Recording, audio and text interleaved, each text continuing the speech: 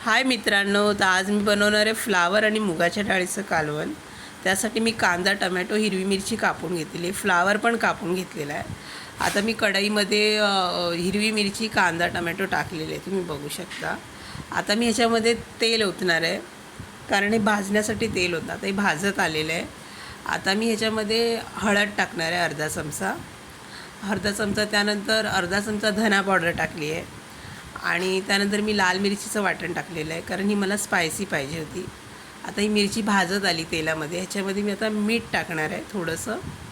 तर मीठ टाकून झाल्यानंतर मी ह्यामध्ये फ्लावर टाकणार आहे आणि हा पुन्हा मिरचीमध्ये व्यवस्थित एकजीव करून घेणार आहे छानपैकी.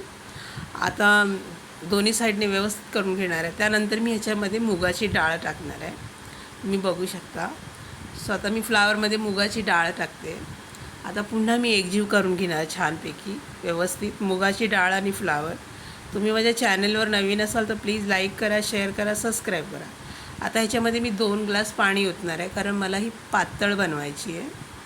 सो आता पाणी ओतून झाल्यानंतर मी ही झाकण ठेवून एक 20 मिनटं याला शिजू देणार आहे. आता मी याच्यावर झाकण ठेवणार आहे आणि 20 मिनटं शिजू देणार आहे. आता आपले 20 मिनटं झालेले आहे, तुम्ही बघू शकता. आपली मुगाची डाळ आणि फ्लावरची भाजी रेडी झालेली आहे. व्हिडिओ आवडला तर प्लीज लाईक करा, शेअर करा, सबस्क्राईब करा मित्रांनो. कमेंटमध्ये मला नक्की कळवा.